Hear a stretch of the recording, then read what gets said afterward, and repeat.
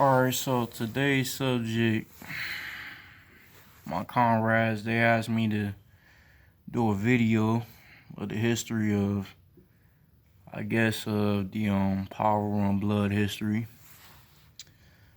First off, my name is Birdman Eagle, aka YG Eagle. The fleet I'm from is SSN, 149th Street. Not gonna say what Ave, cause that's confidential information. But anyway, as far as the history, I can't really say like who is the main co-founder, but what I can say from my knowledge from the Brams, they was around since the 60s. And the P1RUS, same thing. We was around since the 60s, both of us. At that time, before most of us was even called blood, you was either a P1RUS street boy, a Brim, anything that had something to do with boy, you was non-Crip affiliated. You was pretty much, I mean, in a sense, yeah, you were a blood, but at that time, nobody was claiming or saying blood. At that time, people had their own thing going within the card. But during that time, in the 60s, it was still racism going on, But you had cats from the Black Panthers that was still around, and cats like Raymond Washington coming up. Now, here's the thing.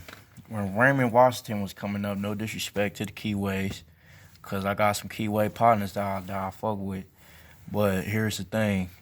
When Raymond Washington was coming up at that time, it was more like a peaceful thing to start something for the community, just like the Black Panthers did. So at that time, it was more like brothers standing up for the community. I don't know if they was really called the baby cribs, but from what I know in my knowledge, that's what they was called before they was called Crip. Now, these brothers were our age coming up, like 17, 16, 15 and shit, doing this shit. Raymond had to start doing this shit around like when he was, well, I ain't trying to put extras on it, but probably around when he was 11 or 12 or even older. He probably could have been doing it at 14, I don't know. I can't really speak for the Keyway card because I don't know their history. I'm not a Keyway, no disrespect. But around that time, when they was coming up, they was doing the same thing the Black Panthers was doing, But at the same time, before they was even doing that, I ain't gonna lie, every time when you create a little clique or your own little gang, everybody go around, vandalizing the neighborhood, robbing people, shit like that, excuse my French, because I'm trying to be, more, what's the word I'm looking for? I'm trying to be more articulate, when I speak on these lives. So, it's going to be a little cussing, it's going to be a little bit of whatever, but I try to speak for the people in the right mind. But anyway, so around that time, you had brothers around starting their own little cliques. You had the Smacks, you had everybody, but the main clique was the Cribs turned Crip. So around that time, you had Eastside Crip forming. Then you had you had the Browns, which was already established. And you had Avenue Boys. Avenue Boys, although they was non-affiliated Crip around that time, they wasn't even part of the faction that we was part of, you know, as far as anybody else that was pushing anything with boy. So around that time, during like, okay, this is when the 70s pop up. You know, now that you know, cause I can't really give you fully what really happened during those years, but during around like the early 70s, okay, you know, mind you, East Side Crip already formed. West Side Crip is starting to form. But East Side Crip, they're already getting into it with the Brims. Power Street Boys, we on our own shit. We ain't even on no gang banging shit. We more like for the people type shit, you know, just hanging on the street, you know, doing the same shit the Panthers is doing. Cause you gotta think about it, on P1RUS Street around in the 1960s, you know, it was Black Panthers on our street. You know, it wasn't no regular people on our street. It was Black Panthers on our street. And there was still like righteous brothers on that street that taught us the way. And not only that, a lot of people don't even know that most of our older heads were Vietnam veterans. So, you know, you had like cats that served in the Marines, U.S. Army, or the Navy, you know, and came back and structured the neighborhood, you know, but also you had cats like Lorenzo Benton and you know, maybe he could have been one of the ones that was in one of those branches too. I'm not sure, but I know for a fact, like, you know, from my knowledge, most of the older heads, the top older heads that was around in the early 60s was Vietnam veterans. So, you know, we ain't even gonna speak on that because I can't really give out the names, but but from the history I was told, because it's like, you know, it's been years through over time from cats I done talked to, you know, that I done learned the game from. And I'm from the West Coast, so I could really speak on this, you know what I'm saying? But other than that, you know, I can only give out a little bit of information, you know, because most is confidential and then some stuff I don't know. But other than that,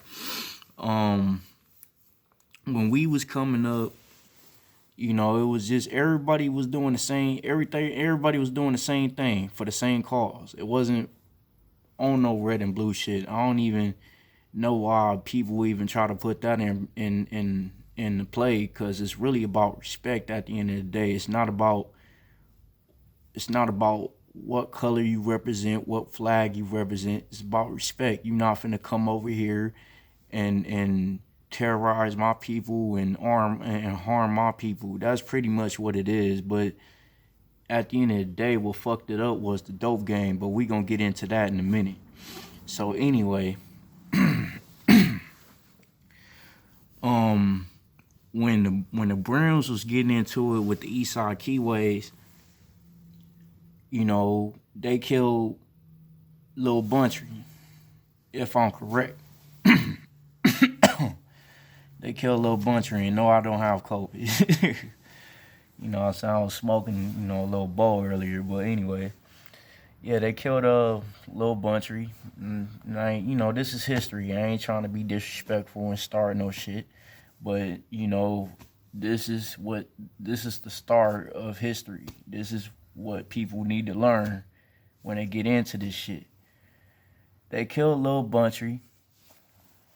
And you know, it just went on from there. It was already tension before they killed Lil Buntry. I don't know what that tension was. But, you know, like I said earlier, you know, every clique that come along, they, you know, of course it's going to be tension because it's different cliques, different soldiers with different personalities, different motives. So we, you know, how could you blame anybody for even doing what they do around that time? But anyway, so after Lil Buntry got killed, the war bracked off. And that was like the first start of the war between us and them.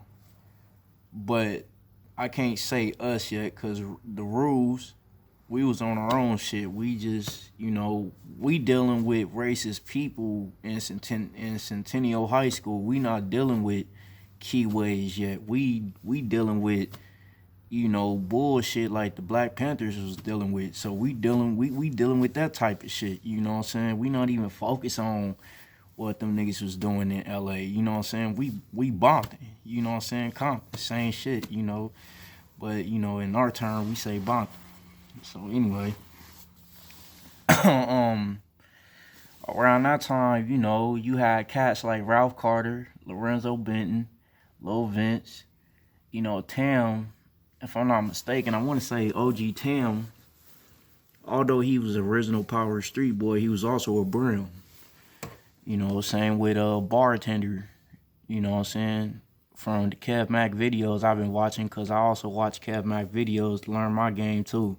But not only I watch Kev Mac videos, I also talk to my OGs because they was around at that time. So all this shit I'm speaking is facts. This is receipts, and even I can call my generals and they can speak up on the same shit I'm talking about, you know what I'm saying? But anyway, so when the shit cracked off between them and the Browns, it was 3 brothers. Now all the older heads talk about this in the Kev Mac videos, and some of them even talk about it like, without the Kev Mac video interviews and whatnot. But other than that, it's all in the newspapers, look it up. It was 3 brothers. They was either leaving the movie theater or going to the movie theater. I don't know. But one of them had a leather coat. Now, I'm not trying to be fucked up. Again, I'm not trying to start no shit with my Keyway brothers, because I know some righteous Keyways, you know what I'm saying? And no, I'm not dick riding the Keyways, you know what I'm saying? I'm just speaking on certain people who I know. You know what I'm saying? Because I don't want them to feel offended. You know what I'm saying?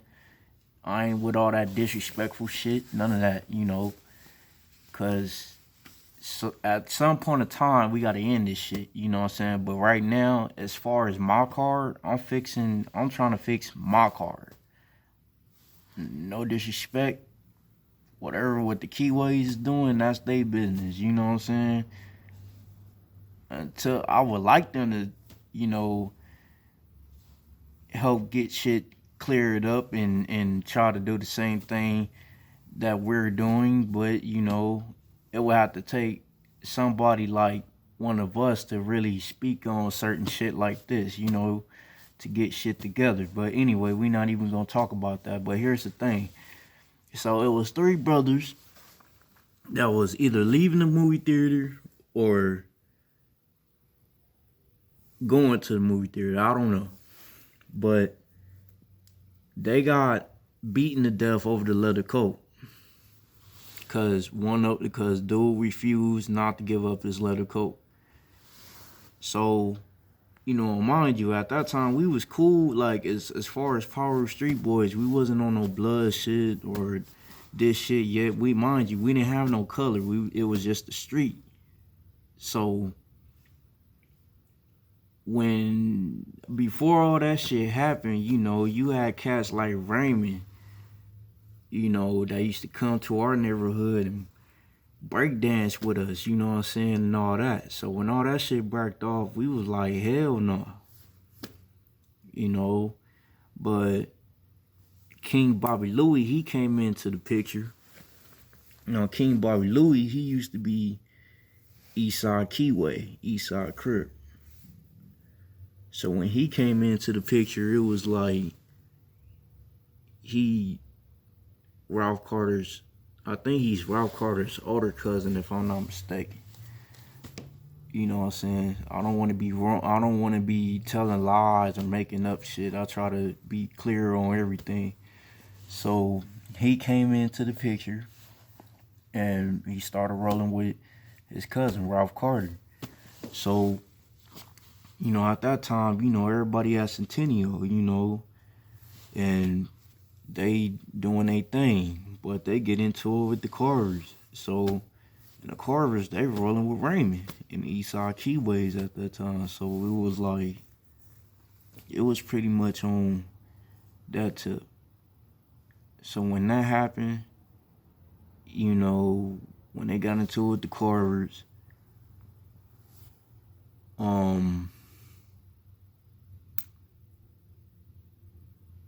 want to say the Carver, somebody from Carver called Raymond up there, and you know, King Raymond from the other side, you know, he seen Bobby Louie. Him and Bobby Louie, you know, they got ties with each other. They grew up together. So when that happened, you know, it was a little truce. And this is another thing I want to clear up, because this is another subject that's part of this that I want to clear up. Everybody say we used to be Crips. No, this is the subject that clears that up. All right, so the fact that King Bobby Louie used to be Crip, and he started rolling with his cousin, which is a P1RUS Street boy, it was a little alliance, a little truce to keep the bullshit from us and them fighting at that time. But the truce only lasted for a week because niggas felt a certain type of way. Excuse me. They felt a certain type of way about us having our own shit, and we wasn't repping they shit. No disrespect, but that's the truth. And even one of my keyway partners even said it. So it's no lie about that. But anyway, so when that came to occur, when that happened, it was like the alliance was broken off. Now this is when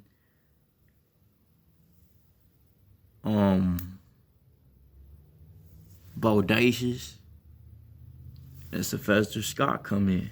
Everybody else call him Pudding. I call him King Scott out of respect. I don't like calling him Pudding because I look at him as more of like a real one. I'm not saying nobody calling him fake, but it's like I look at him more as, why should I call him Pudding when I should be calling him Scott, King Scott, or General Scott? You know, it's just, I don't know. You know, other people, they call him Pudding, which is respect. So I still do too, but me, majority of the time, I call him King Scott. Because without him, this shit would never been what it is. It would never been what it is with this. It would never been with us being aggressive and turned up with our shit. So anyway, him, Bodacious, Lorenzo Benton, and I ain't gonna lie, Bobby Louie, he put in the footwork, but it was really Lorenzo Benton, Bodacious, King Scott, and Tam Bartender and Tam, they started the East Side, which is Ludus Park, Mob, Elm. But at that time, it was like ESP, you know. But the first P1RUS the first East Side P1RUS set was Ludus Park. After that, it was fucking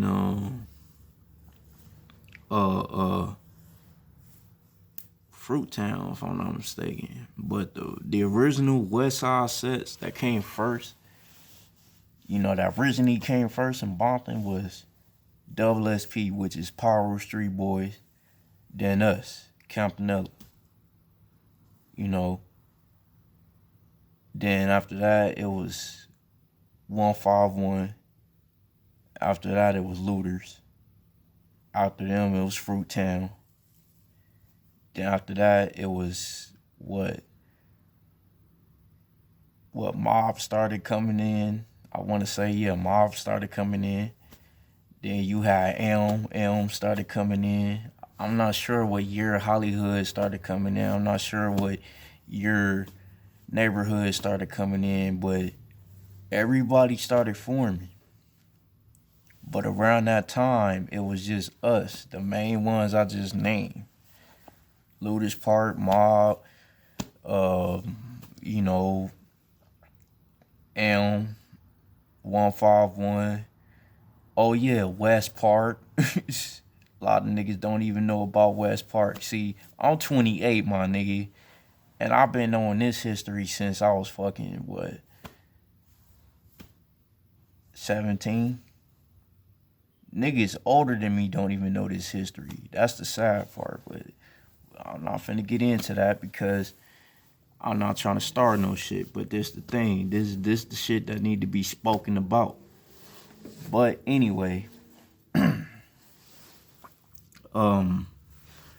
so yeah, you had niggas like West Park, all them neighborhoods, even the Us boys before they turned Southside Compton Crip. Yes, nigga, I'm talking about Southside Compton Crip. They was rolling with us at that time too. You know what I'm saying? Before they was Crips. It was just called Us boys. Like I said everything in the beginning. Anything that ended with boy was rolling with the card before the card even got formed. Now, when the card got formed, that was in like the early 70s, which is like the same time P1RUS was forming. Now, when niggas was in the bounty, you know what I'm saying, the UBN and BL, well, excuse me, let me take that back. BL came first. Let's get that correct. UBN came later. And for the most people in New York that want to say it started in New York, no motherfucker, it started in LA. And it started in New York. UBN and BL started, no, excuse me. I keep fucking it up. BL and UBN started out here. It didn't start in New York. And for the most part, it started because to form all of us together as an alliance to look out for each other, because at that time in the county or the pen, it wasn't too many of us to fight against the keyways or anybody that was oppressing us. That's what this shit was for. Brotherly love, overriding oppression and destruction. P1RUS. Most call it, for P1RUS, power indestructible, revengeful, united. I say power indestructible, revolutionary, united, instead of revengeful, because at that time we was rolling with the Panthers. So why would I say revengeful when at that time we was revolutionaries before this right here? You feel me? But I'ma still rep this because it was for a cause of protecting our people. So, right fist up. Right now, I can't really say this is right fist because on the camera, it's showing left fist. But this is really my right fist. But anyway, that's what it is. So, when everything started forming, and as the war was going on, shit just kept going back and forth, back and forth, back and forth. Mind you, at that time, niggas wasn't even using guns. Niggas was fist fighting, stabbing each other, hitting each other with baseball bats. You know, the gun shit didn't start until the 80s. You know, that's like, you know, niggas, like, that's like the older OGs that just coming into the game that was looking up to the OGs in the 70s. They was around in the 70s. There was the young niggas helping the older OGs fight and protect the neighborhood. But in the 80s, now they gotta take control of the sectors and shit, of the fleets and shit, of the card. So they doing whatever they gotta do.